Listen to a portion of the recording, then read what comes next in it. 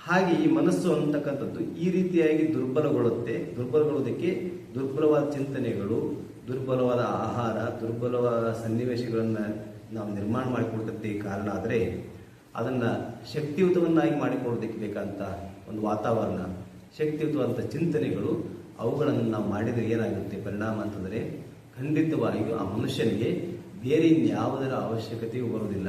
ಯಾಕೆ ಅಂತಂದರೆ ಮನುಷ್ಯ ಇವತ್ತು ಸಮಸ್ಯೆಗಳನ್ನು ಎದುರಿಸೋದಕ್ಕೆ ಪ್ರಾರಂಭ ಮಾಡಿದಾಗ ಅವನಿಗೆ ಆಗುವಂಥ ಭಯ. ಇವತ್ತು ಬಹಳ ಜನ ಸಾಯ್ತಾ ಇರೋದನ್ನು ನೋಡ್ತಾ ಇದ್ದರೆ ಬಹಳ ಜನ ಹೇಳ್ತಾ ಇದ್ದಾರೆ ಅಂದರೆ ಭಯದಿಂದಲೇ ಅರ್ಧ ಜನ ಸಾಯ್ತಾ ಇದ್ದಾರೆ ಅಂತ.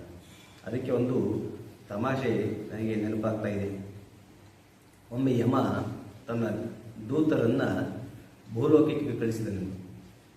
ಅಲ್ಲಿ ಅವನು ಆರ್ಡರ್ ಮಾಡಿ ಕಳಿಸಿದ, 400 ಜೀವಿಗಳನ್ನು ನೀವು ನನ್ನ ಈ ಲೋಕಕ್ಕೆ ಕರ್ಕೊಂಬರಬೇಕು ಅಂತ. ಆಯಿತು ಅಂತ ಅವ್ರು ಹೋದರು, ಭೂಲೋಕಕ್ಕೆ ಬಂದರು, ಹಲವಾರು ರೋಗ ರುಜಿನಗಳನ್ನು ಹರಡಿದರು. ಎಲ್ಲ ಎಷ್ಟು ಜನ ಸಾಯ್ತಾ ಇದ್ದಾರೆ ಅಂತ ಅವ್ರು ಲೆಕ್ಕ ಇಟ್ಕೋತಾ ಇದ್ರು. ಆದರೆ ಬರಬೇಕಾದ್ರೆ ಬಹಳ ಜನರನ್ನ ಇದಕ್ಕೆ ಯಮಲೋಕಕ್ಕೆ ಕರ್ಕೊಂಡು ಬಂದರು.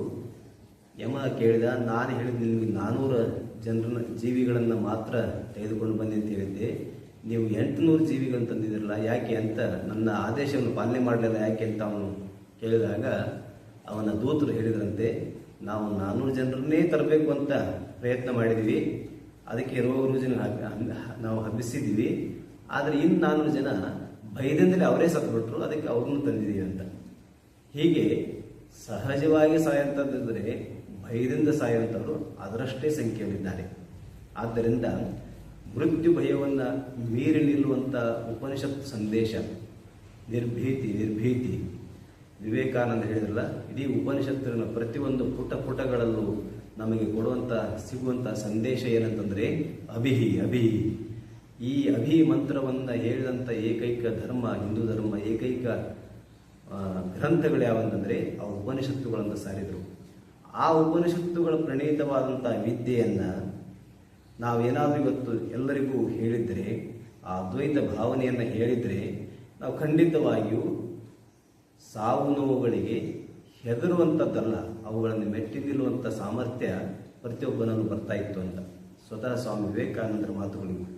ಹಾಗೆ ಪೌಷ್ಟಿಕ ಚಿಂತನೆಗಳು ಖಂಡಿತವಾಗಿಯೂ ಮನುಷ್ಯನನ್ನು ಬದಲಾವಣೆ ಮಾಡ್ತವೆ, ಅವನಲ್ಲಿ ಶಕ್ತಿಯನ್ನು ತುಂಬುತ್ತವೆ. ಆದರೆ ನಾವು ತಿಳ್ಕೊಂಡ ಹಾಗೆ ಶಾರೀರಿಕ ದೌರ್ಬಲ್ಯಗಳೇನೇ ಇದ್ದರೂ ಕೂಡ ಮನಸ್ಸಿನ ಬಲ ಇತ್ತಂದರೆ ಅವು ಏನು ಬೇಕಾದರೂ ಸಾಧನೆ ಮಾಡುವಲ್ಲ. ಇದಕ್ಕೆ ಹಲವಾರು ಉದಾಹರಣೆಗಳನ್ನು ನಾವು ಇತಿಹಾಸದಲ್ಲಿ ಕಾಣ್ತೇವೆ. ಇತ್ತೀಚೆಗೆ ಆಗಿ ಹೋದಂಥ ವಿಲ್ಮಾ ರುಡಾಲ್ಫ್, ಅಮೆರಿಕದ ಓಟಗಾರ್ತಿ, ಒಲಿಂಪಿಕ್ನಲ್ಲಿ 6 ಚಿನ್ನದ ಪದಕಗಳನ್ನು ಗೆದ್ದರು ಅಂತ ಕೇಳಿದ್ದೇವೆ. ಪುಟ್ಟ ಪೋಲಿಯೋದಿಂದ, ಅಂದರೆ ನಾನು ಹೇಳಿಕೊಟ್ಟಿರೋದು ಶರೀರ ದುರ್ಬಲ ಇದ್ದರೂ ಕೂಡ, ಪುಟ್ಟ ಪೋಲಿಯೋ ಅಟ್ಯಾಕ್ ಆಗಿ ಇದ್ದರೂ ಕೂಡ 6 ಗೋಲ್ಡ್ ಮೆಡಲ್ ತರುವಂಥ ಸಾಮರ್ಥ್ಯ ಅವಳಲ್ಲಿ ಬಂತಲ್ಲ. ಹೇಗೆ ಬಂತು ಅಂದರೆ ಅರ್ಥ ಮನಸ್ಸಿಗೆ ಆಸಕ್ತಿ ಸಿಕ್ಕಿದ್ರಿಂದ ಹಾಗಾಯಿತು.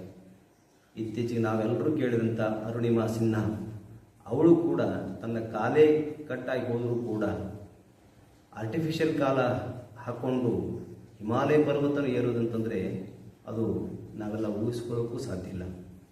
ಚೆನ್ನಾಗಿದ್ದವರು ಕೂಡ ಏರೋದು ಕಷ್ಟ ಇರುವಾಗ ಕಾಲಿಲ್ಲದವಳು ಏರುತ್ತಾಳೆ ಅಂತಂದರೆ ಈ ಬರೀ ಹಿಮಾಲಯ ಗೌರಿಶಂಕರ ಶಿಖರ ಅಷ್ಟೇ ಅಲ್ಲ, ಜಗತ್ತಿನಲ್ಲಿರುವ 7 ಪರ್ವತಗಳನ್ನು ಕೂಡ ಅವಳು ಏರಿದಾಳೆ.